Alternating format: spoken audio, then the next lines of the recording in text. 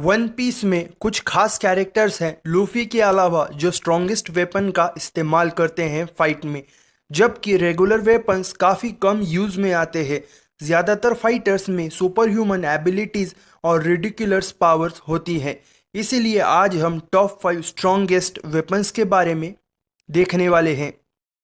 Number 5, Napoleon. One piece में Napoleon एक unique weapon है जो कि जिंदा है। बिग मॉम ने अपने सोरू सोरू नोमी डेविल फ्रूट का यूज करके अपने स्वॉर्ड के लिए एक स्पेशल होमी बना लिया है। वो काइडो के साथ लड़ सकती है बिना किसी परेशानी के, जबकि उसे काइडो के मॉन्स्टरस स्ट्रेंथ के बारे में पता है। नेपोलियन के पास एक खास स्किल सेट है जो कि वन पीस सीरीज में यूनिक है। ये मल्टीपल फॉर्म्स में ट्रांसफॉर्म हो सकता है, जैसे कि एक कटलेस स्वॉर्ड जो कि रॉजर की स्वॉर्ड की तरह है, या लॉन्ग स्वॉर्ड जैसे ड्रैकुल मीहॉक की यूरू। बिग मॉम इससे किसी भी चीज को आसानी से काट सकती है। नंबर 4, हासाकाई। हासाकाई एक सिंपल क्लब लगता है, लेकिन उसका आउटर लुक देखने पर धोखा हो सकता है।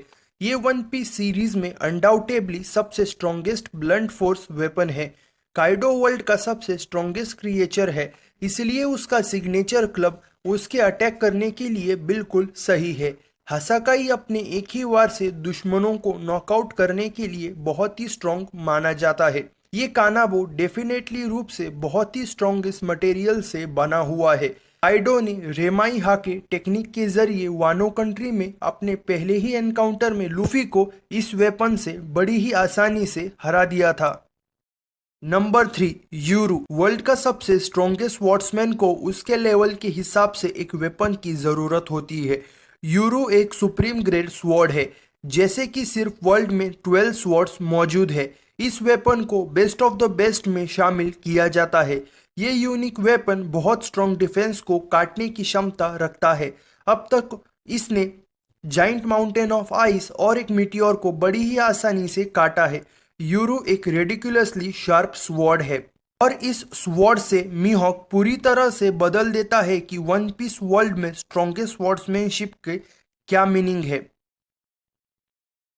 Number 2, Murakumo Giri. White beard one piece series में वर्ल्ड का सबसे स्ट्रॉन्गेस्ट मैन है। उसने एक बहुत ही पावरफुल नागिनाटा का इस्तेमाल किया, जिसे मुराकुमो गिरी के नाम से भी जाना जाता है। ये एक बहुत ही रेयर सुप्रीम ग्रेड स्वॉर्ड है। कई डिकेड्स तक व्हाइट बियर्ड अपने दुश्मनों को अपनी नागिनाटा से हरा रहा था।